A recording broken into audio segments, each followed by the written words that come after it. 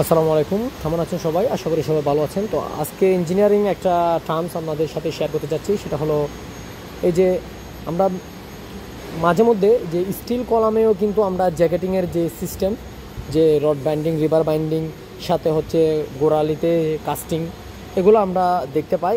তো একটা জিনিস আগে শেয়ার করি, সেটা হলো নিচের যে অংশটা দেখছেন, যে এই অংশটা, এটা কিন্তু কাস্টিংটা করা হয় যেহেতু কলামের যে বেস প্লেটটা আছে এটা ডেকে দেওয়ার জন্য। সেই সাথে হচ্ছে যেই অ্যাডজাস্ট করার জন্য যে ফাঁকাটা থাকে, এই স্টিল কলামটা অ্যাডজাস্ট করার জন্য যে ফাঁকাটা থাকে সেটাকে ব্লক করা হয় কাস্টিংয়ের মাধ্যমে।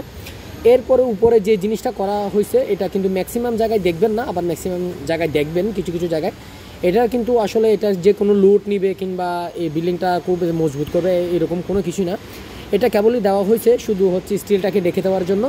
এবং সেই সাথে এখানে জ্যাকেটিংয়ের যে সিস্টেমটা দেখছেন, এই জ্যাকেটিংয়ের সিস্টেমটা হচ্ছে এটা আসলে জ্যাকেটিং এক জিনিস আর এটা এক জিনিস। কারণ জ্যাকেটিং যেটা আমরা আরসিসি বিল্ডিংয়ে করে থাকি সেটা হচ্ছে টোটালি হচ্ছে একটা তার লোডটা ক্যাপাসিটিটা নিয়ে থাকে। আর এখানে বিল্ডিংটার যেই আমরা জ্যাকেটিংটা দেখছি এটা আসলে এটা কোনো লোড নেবে না, এটা কেবলই হচ্ছে এটা সুরক্ষার জন্য হচ্ছে স্টিল কলামটা, গ্রাউন্ড ফ্লোরে স্টিল কলামটা সুরক্ষা এবং সৌন্দর্যবর্ধকের জন্য এটা দেওয়া। কারণ এটা যদি জ্যাকেটিং করা লাগে তাহলে নিচ থেকে অবশ্যই করে আসতে হবে। আর স্টিল কলামে এরকম জ্যাকেটিং হয় না, স্টিল কলামে সবসময় জ্যাকেটিং হয় স্টিলের উপরে স্টিল জ্যাকেট হয়।